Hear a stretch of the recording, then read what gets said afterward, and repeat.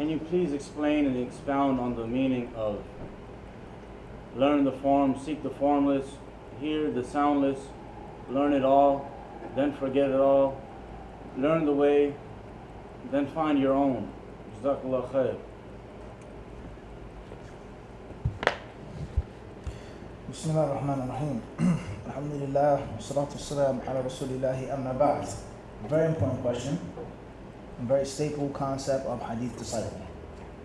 A very important question, and a very staple, important concept, a pillar of the constitution of Hadith disciple, which has many different ways of wording it, stating it.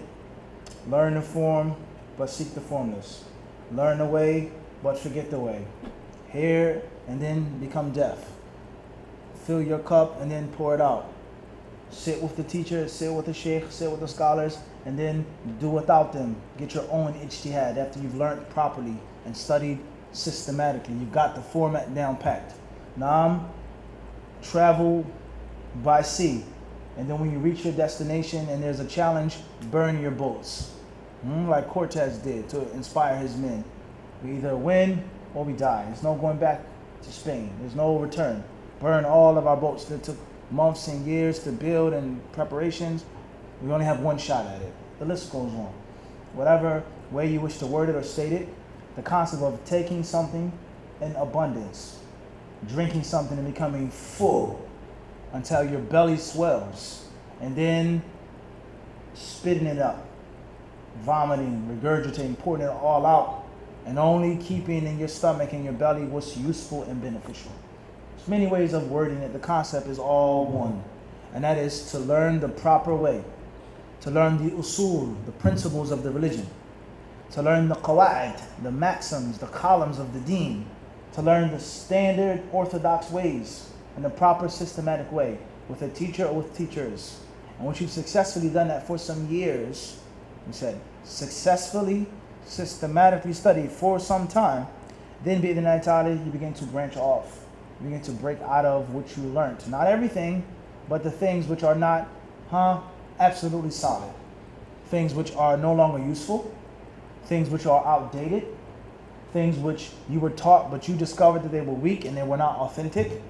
Views and opinions that you felt other things were more useful, more beneficial, as long as it isn't something which cannot be changed and not be disregarded.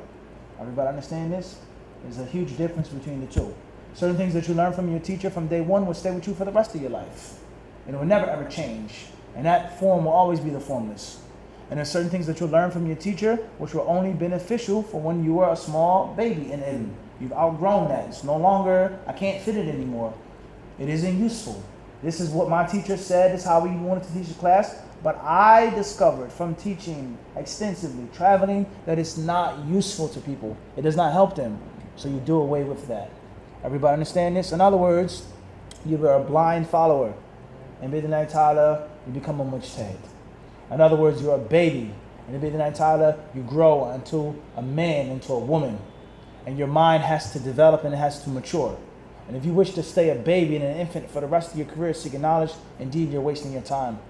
You're wasting your time. For a student of knowledge, someone who aspires to be a scholar, someone who aspires to be an alim, someone who aspires to be a true caller to Allah. As far as the layman person who wishes to learn the basics from a trustworthy source and to live a simple, basic 9-to-5 life, there's nothing wrong with that. You don't have to make ijtihad. Everybody understand this? But someone who aspires to become more, he must. This is a staple part. To learn the form, but seek the formless. Wallahu a'lam, that's in brief.